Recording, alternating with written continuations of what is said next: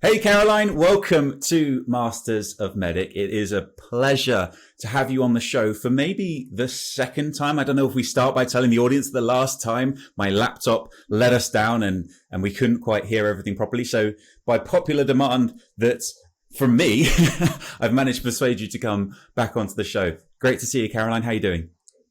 Awesome. Thank you. I think it's great that the first time didn't work. The plan is perfect and there's a reason for it.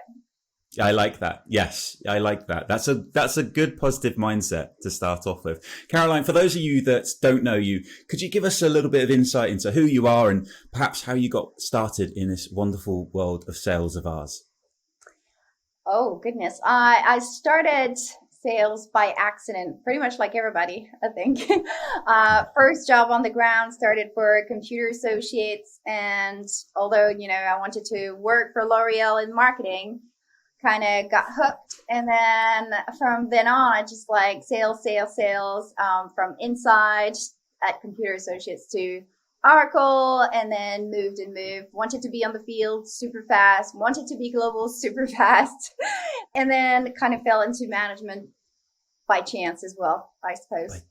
Cool. Okay. By chance. That's interesting, isn't it? Because what you were talking about there, I think and I'm sure so many people listening will resonate with, which is that idea of in sales being driven to always take the next step up. And it's almost like so many of us are not satisfied with doing whatever role we're doing, or always sort of aiming for that next best thing, which I think is a trait that obviously is a good one to have in sales, that we're always trying to push ourselves forward. But it's funny to hear you say you sort of fell into management, almost like that wasn't part of your plan. Is that fair to say? And tell us a little bit about that. It wasn't until it was available. When I left BMC, I was super successful, and I was a lone wolf. Like, I actually had trouble working with a team, and I learned a lot at BMC. And by the end, I think I got to really understand the power of a team. I was the I that doesn't exist in team, and that wasn't good. And so when I joined Sprinklr, I was ready to completely embrace this team part, and Sprinklr was really this passionate team. After 6 months at Sprinklr, I think I had matured so much in working together with other people that I was like, okay, let's try to do this. I think I could do this. And so when Seb said, okay, I'm going to open a couple of management roles, I sort of stood up without even thinking about it. And by the next day, I had a plan. I'm like, okay, this is what I want to do for the team. Yeah. Do you know what's fascinating to me about that is that you sort of described yourself there as a lone wolf and kind of the characteristics that went with that. And I think a lot of people will kind of, resonate with that. But then it's almost like you found yourself in a different environment, and you found yourself behaving differently. And it was almost the way you described yourself as a lone wolf was almost like that's what you thought your personality was. But you found yourself in a different environment, and all of a sudden you're not just a team player, you're wanting to lead a team. It's like you've gone from one extreme to another. And that makes me wonder, the big question is, do you think that you were a lone wolf because of your environment, or do you, and therefore it changed at Sprinklr, or do you think that you evolved as a person, or maybe a bit of both? Yeah, I think I didn't behave properly for a number of years. Like, all I cared about was making my number and doubling it. So I wanted to overachieve. That's what I cared about. And it's probably also the age, like I was in my 20s, the ego, wanting to overachieve, recognition. So that's really what I cared about. And I think the BMC team sort of helped me grow and mature. But, when you've made a first impression, it's very hard to kind of change everybody's perspective, right? So right. I think I had to move company to start fresh. Yeah. And as I started so I definitely was very attracted by, the MarTech industry, definitely closer to the L'Oreal than the infrastructure industry. I mean, MarTech is really sexy.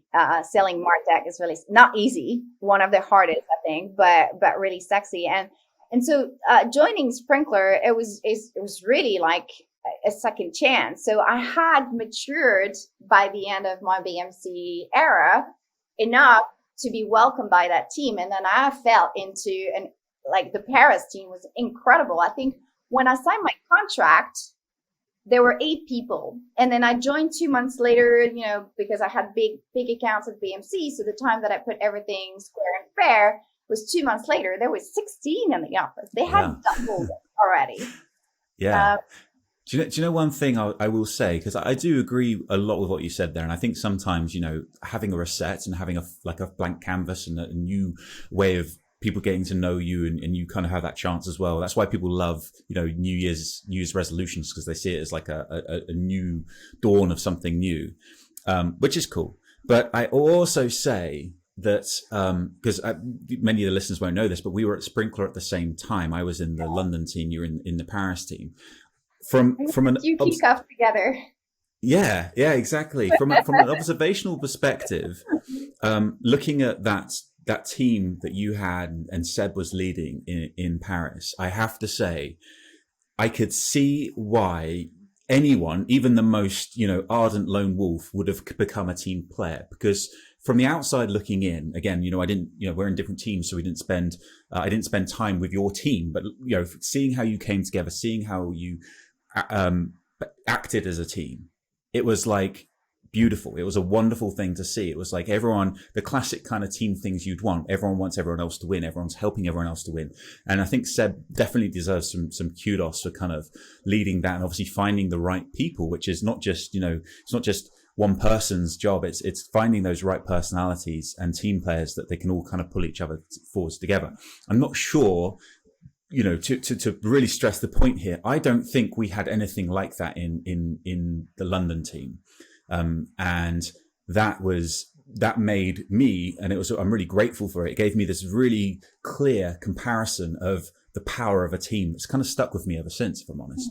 Before we go on to that, there was something I wanted to talk to you about, which was you, as we talked about, you took the step up into leadership at Sprinklr. So you were I think the title at the time was regional sales manager. I think that's what they called account executives at the time. Yeah. And you took a step up into a director of sales role, which I think is today called regional vice president, or, regional chief revenue officer, or whatever they want to call it nowadays. And that, it's happening. It's happening. We're going to have, chief executive officers of sales before long. I'm absolutely convinced of it.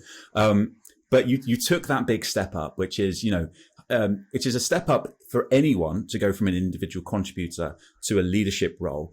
So often we see it where people will take that step up joining a new company. So you have that benefit we just talked about, that fresh start. You did it in the team that you were part of, which is, I think, always going to add that extra layer of challenge, which is your peers are now your reports. And what was, to them, you were a peer, and now you're their boss.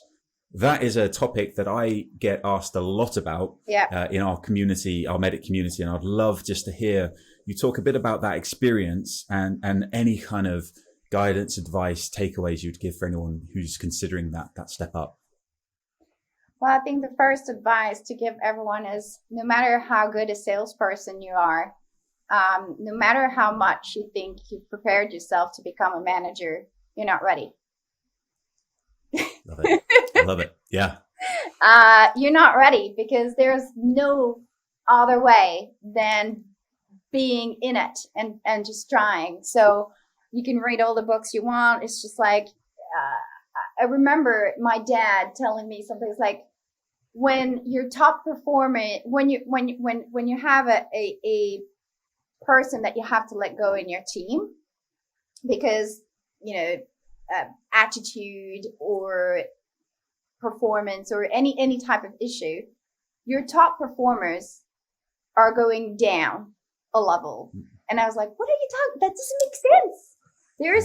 There's like, you have to create a team that works together. And I know a lot of people are going to tell you, recruit A players, recruit A players, recruit A players. But the truth is, I've yet to see a team of 5 A players that work as A players. There's always like a mix of things, and it's okay because they're complementary to one another. And I think we tend to forget that you need that balance within a team. And the thing is, you can't find that balance until you've experienced it. Right. Yeah. Because people are people, they're personalities, they're not numbers. And to make it work, you need to know what they care about. You know, for someone trying to get the best out of me, talking to me about commission and things like that, of course, I love money as much as the next person, but it doesn't like motivate me. What motivates me is kind of whatever, you know, that thing inside, which is being the best version of myself for myself. And I think, you know, there could be somebody right next to me who's the complete opposite of that, who doesn't care about their own opinion, but they want to be seen by everyone else as number one, and they want to be elevated and all that sort of stuff. So that, I think, is something we don't do well enough on it. What do you think? Well, so you're talking a bit about there, really, I think it's really astute about kind of understanding what makes people tick almost and what sort of drives them. How did you get to understand those things in your team then? Well, so let's just go back for a second to me being promoted, and I had no team. I had to create a team. So there was a quarter where, you know, I was building the team. Some people said had been recruited that would just be allocated to my team. People that I, you know, didn't recruit myself. I was not even part of the recruitment session as their future manager. So that's an adjustment for both of us and get to know each other. I think this is something that I learned along the way to kind of like, nobody taught me, be careful with that. But then at some point you kind of figure out, you know, it's like your kids, right? They couldn't be more apart. They have different personalities. They have different reason to do things. And you have to as managers, we tend to look at, okay, we have a global quota to achieve. And that's actually one of the things, I'm pretty sure you heard this 1,000 times. But when you've been a salesperson and you've been successful your whole career and you step into a management role, you cannot let go of the deals. It's really hard. It takes tremendous courage. I'm sorry to say this, but for me, it was so hard not to get into the deal. I was prouder when I was able to step out and not be in the meetings and just let it happen, prepare, help them, guide them, not be systematically in the meetings, because you're going to kill yourself if you try to do all of your reps important meetings. You're just going to kill yourself and you're not going to coach them properly. Yeah. I agree with that. And that was one of the things that I found a challenge making that step up was that, and this is I've since learned this, but I didn't really know it at the time. I couldn't really see it at the time. Like, I couldn't see the wood through the trees at the time, which is that, you know, I feel like, I always like to split like people's strengths as a salesperson into kind of 3 pillars. And I know there's much more to it than this, but if you kind of think about it this way, which is like those that like selling one value, selling stakeholders, and selling the process. And obviously those 3 things are kind of what underpins MEDDICC. But I always think about it like this. Generally, you'd find that you'd have people that are good at selling value. Like that was their strength. That was like their number one. Some that were really good at building stakeholders up. Some that were really good on the process. And let's just say, for argument's sake, I was very good at the value. And then personally, my team was very good at building stakeholders.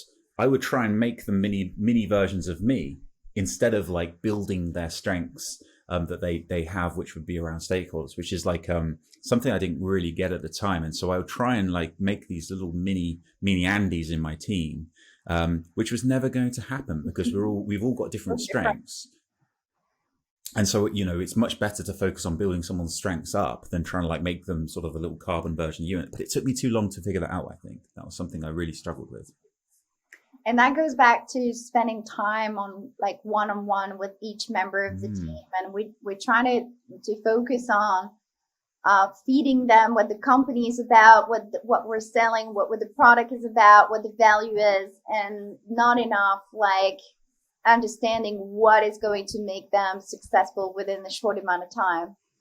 Yeah, indeed. Absolutely right. Yeah. So how did you find it? So you kind of built this team up, and you've you've got it going as you'd want it to, and then you get the opportunity to work with Seb again, this time at Datadog. So now you've got this. We've talked about this a couple of times now. You've got this fresh start. And I really like this as a theme. We didn't talk about this before, but this is definitely a theme here, which I think everyone will resonate with. So you've got another fresh start now, a kind of a blank canvas. And this time you're coming in with some experience as a sales leader. What things did you do differently upon landing in sales leader at Datadog that you didn't do when you got the promotion at Sprinklr? Two very different industries. I'm going back with Datadog. I'm going back to the infrastructure industry, and this is what I knew from BMC. So, I think one of the things that I learned very fast is that you were as good as fast as you could penetrate the market and get references. So I focused on ideal customer profile. Our team and my mission was companies over 5,000 employees at a time where South Europe was still wondering if they had to move to the cloud. So we had to pick the companies that were moving fast to the cloud, and that was the pipeline generation. It's about 16 new logos in 9 months. Yeah. For that size of company, that's quite considerable, isn't it? Proper enterprise deals. It was, yeah. So one of the things, I think that's the role where I got closest to being entrepreneur. Mm-hmm. So defining the ideal customer profile to get in fast, and then defining ways to sign the paperwork fast. So working with the AWS marketplace and putting it in place to accelerate signing deals with big companies, because we all know that, the paper process with big companies is really what can slow down your cycle. Yeah. Mm-hmm. And then just like attending a bunch of events, and Datadog is really good for that, but really like going even in events where we're not planned. So we got some amazing PG from the Cloud Week. And I remember Zachary, I think, was 1 week in, and I was like, okay, enough. We're not sitting on our desk. There was a time where COVID didn't happen. So let's not sit on our desk. This is boring. Take your bag. We're going to the Cloud Week. And we went to the Cloud Week, and we had some amazing meeting. Can't tell which company we had, but it was like literally grab the person, CTO, nail him at coffee, and then got the meetings, and they did some amazing deals with that person afterwards. So I think it's just like, it's not so much what do you do differently. It's just like adapt to the company. Once you figure out where you, like you say, where your strengths are, it's like, my strengths are definitely PG. PG is like, it's been my thing. And then transforming. I think once you know how to organize these things, so maybe PG, pipeline generation for everyone,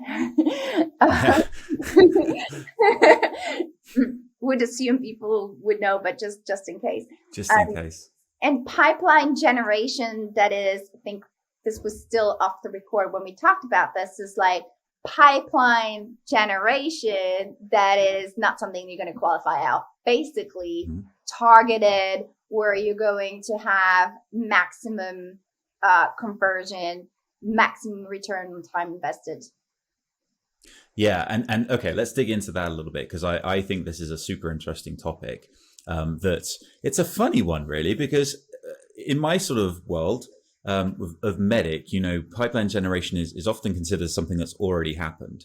And I'm really passionate that actually MEDDICC really does help contribute towards pipeline generation, particularly when we start to think about how we capture people's attention. We need to focus on what pain we help them solve, the quantification of that pain, and the value they get from solving it, and how we do it, kind of thing, which for me is right slap bang in the middle of metrics implicate the pain and the decision criteria before you even start thinking about the personas, who, of course, who's your typical champion persona, and if you can, who's a typical economic buyer persona that you can talk to. So for me, it is very, very much a framework that does expand to that top of funnel side of things.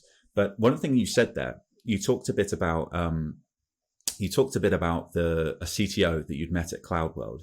And that's obviously very much PG. events, that kind of thing. And you talked about how you and your team had got that person's attention over coffee, and then it expanded to a deal. And then it sounds like it was kind of a land and expand, and then many more deals, as I know is a big part of Datadog's strategy. So the way you said that, and correct me if I'm wrong, but the way you said that was almost like you were kind of, your face lit up as you said it, and you were kind of, it was almost like all of the little things you did and your team did along the way worked out. And I think everyone has those deals. That CTO, like I fast forward that story, but to get that CTO, there was like you said, using the MEDDICC of MEDDICC is like understand what is this company's metrics, what are they heading for, what's happening in their annual report. I talk about ideal customer profile. Well, they just had signed a massive contract with AWS, and we knew they were moving to the cloud, and they would need a solution to monitor their infrastructure. We knew what their pain would be because we knew that it was a massive contract, and at the time, the only other option would have been probably AWS or some other companies. This is not what we're talking about here, but we knew it would be a pain, and they would need to find a solution very quickly. And then in terms of champion, we knew that CTO would be a champion because he was typically the person who had been putting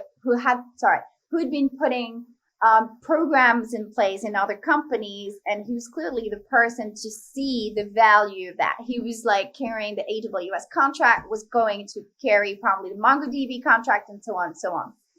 And so targeting that CTO was a bunch of pre-work, from understanding that account was a target, understanding we were a solution to potential pains that were coming in, having to educate them, educating the right person at the right level, and then sending that person a bunch of veto letter in writing and digital, and trying to call his assistant. So when I got in front of him, and I remember Zachary looked at me like, "You're completely nuts," and I was like, "I've been trying to reach out to you for a while." He was like, "Okay, well, let's have a meeting then. Call my assistant tomorrow." And I'm like, "I have been calling your assistant a number of times. You have a phone. Let's schedule something in your phone, please.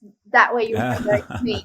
And he goes like, "I'm not going to get out of this, am I?" And I'm like, "No." It's like, "Okay, I got 30 minutes. This is what you have." And we'll sat down and talk with him, but we knew everything. It was prepared. So it was like sizing the moment, but we knew the MIC. Yeah. I love that. And you know what, the thing there is this, and this is why I think this is something that I think our industry doesn't talk about enough, but is so important, is by the time you saw that person at the event, and you may have recognized them from their LinkedIn photo that you've probably been staring at for weeks, or you maybe have like sniped their name badge or something like that we all do. But the important thing was this. It wasn't that you spotted them, which is obviously an important factor, but what made you get that meeting, many will say it was your perseverance.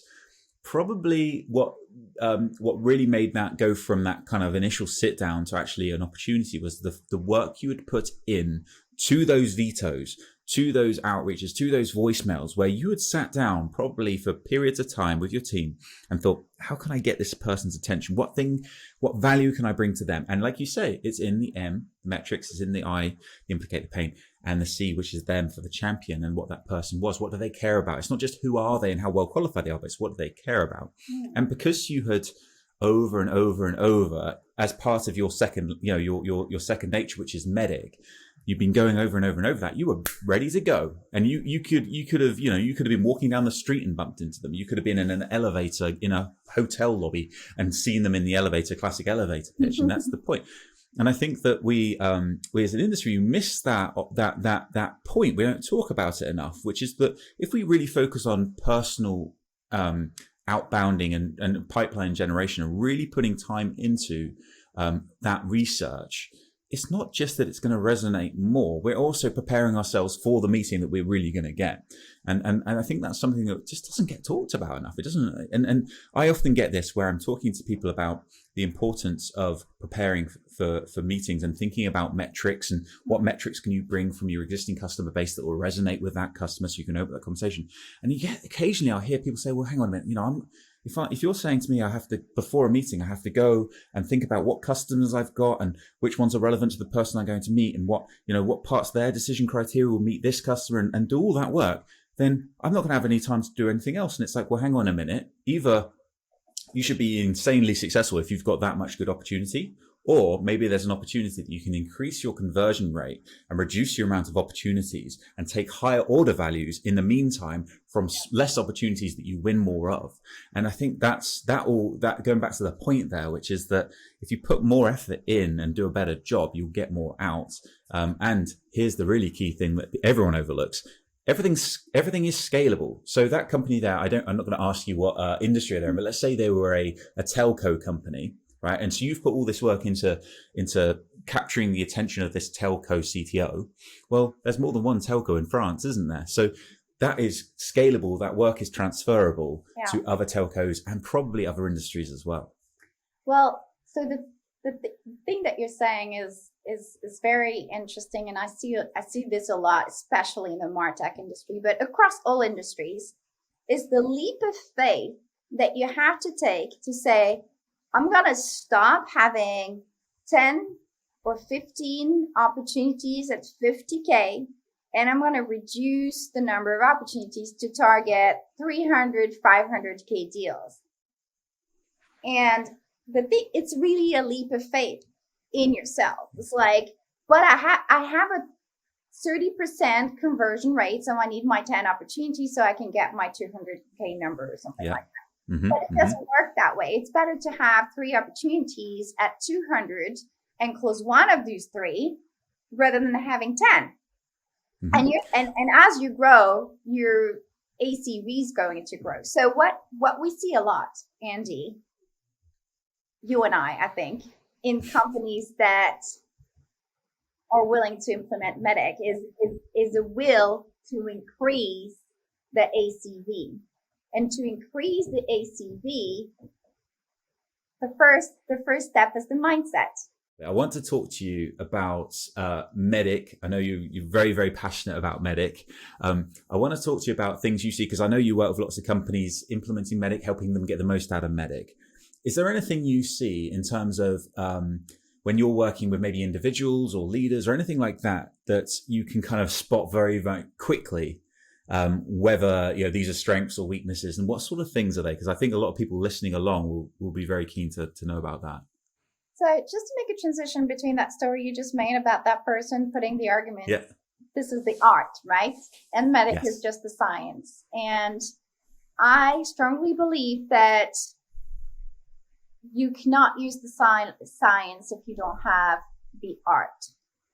And to me, people who are best using MEDDICC have incredible soft skills, humility and coachability, continuous learning, continuous development, learning from expert, drive, obviously.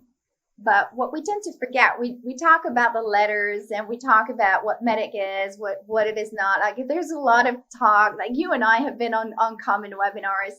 I came to the chronology of MEDDICC because I had people starting with the M and the E and the E, and I was like, no, okay, this MEDDICC means doctor. So we're going as a doctor in the deal, but you should not start as a checklist that way, because there's a chronological order and it starts with, I know you're laughing, but that's true. I know it's painful, isn't it? But yeah. But then the other things that I like to say is that if you use MEDDICC as I did this, I know who my economic buyer is, I know this, I know that. Well, you're not really doing it. You're not doing MEDDICC. If you want to do MEDDICC, it's like you want to consistently search for what you're missing. You're looking for the gap. And I think it's a very difficult line, because let's put it this way.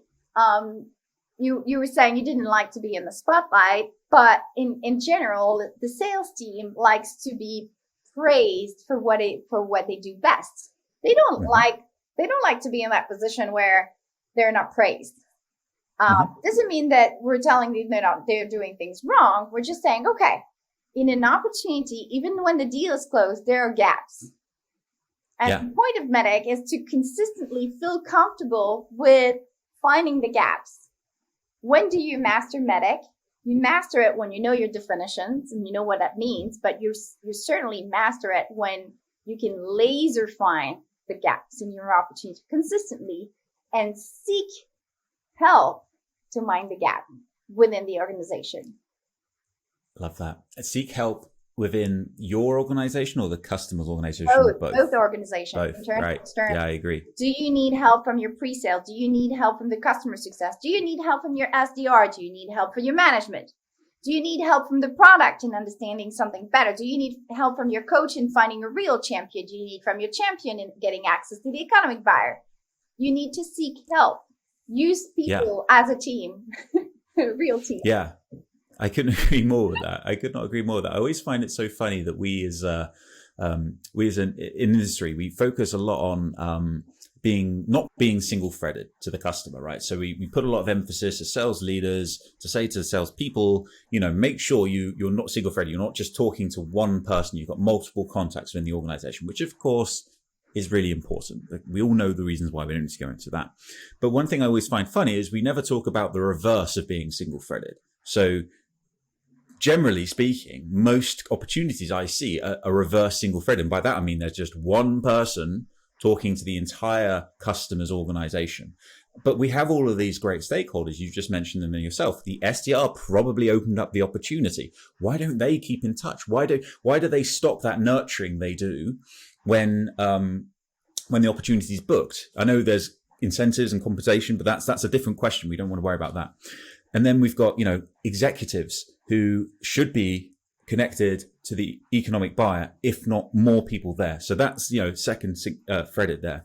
We've got our sales engineers, solution consultants, who we all know are the most credible and technically astute people in the deal. So why don't we have those people connected to the technical people in the deal as well? And all of a sudden, we've got 3, 4. Own their own champions. Why should champions be the king of the sales? I still don't know. Exactly.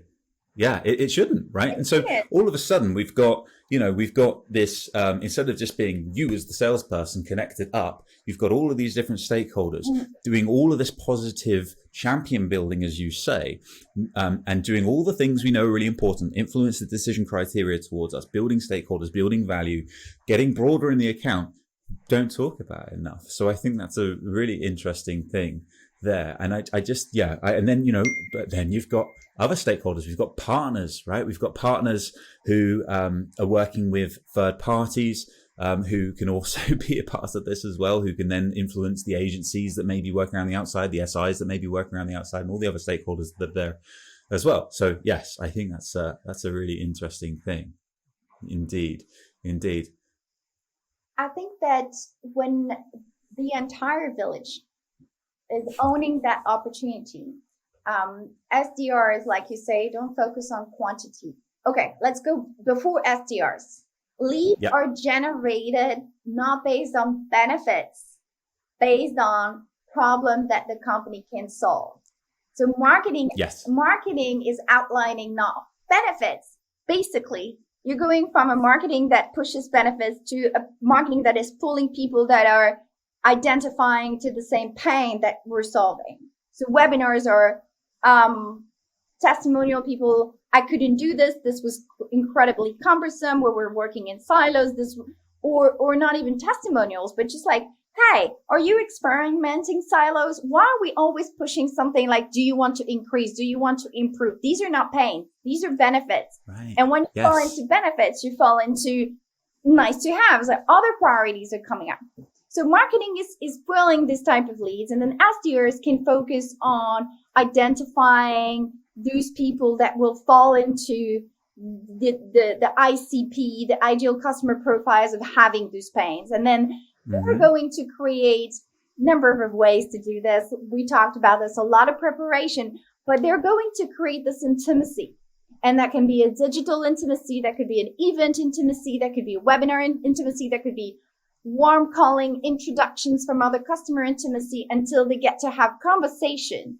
And we don't ask them to pitch a product. We ask them to have a conversation. What is it that is going on in your life? Tell me. find the pain. When you find the pain, then it moves into an opportunity. But you've created that conversation and you're already into that AE role almost as an SDR. You're focusing on what can you do for that person? You're a problem solver. And like you say, this could be a beginning of a champion relationship already.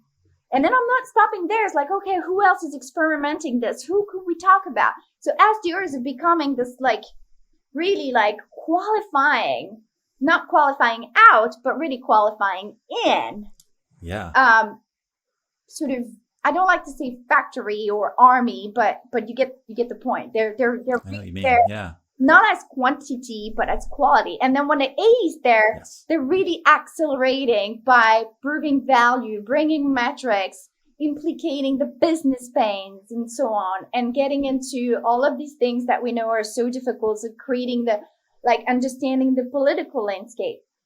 We focus on champions and we forget about champion competition or detractors. These people who do not want to do anything or want to spend the budget elsewhere. Not always against the competition. It can be for just something else, another project. I don't have a budget line. I'm just going to spend the money there. So or the people that like they know that any kind of implementation of any technology is going to be work for them. Like they're a project manager and they know they're going to have to manage this, or they're a they've already, their department's already under strain from other projects, other initiatives, and they know that's going to draw against them. So yeah, that's big one. I love that. The AEs can do that when they have a team really like working the angles that they can't work at full speed. So when they trust completely their pre-sales or a solution consultant to really understand how they're going to do a personalized, customized demo based on all of the pains that we've identified and implicated at SDR and AE level, but they're going to go one step deeper. They're going to try to understand what it means, and the company is solving it in a way that nobody else can. And so that is not just a demo. It's a validation that we're there for you. We're a solution to your team. And so the solution consultant creates their own champions and keeps on feeding them and keeps on giving them and testing them and developing them. So it's really a team thing. And when this is an existing customer, the customer success can really help with metrics.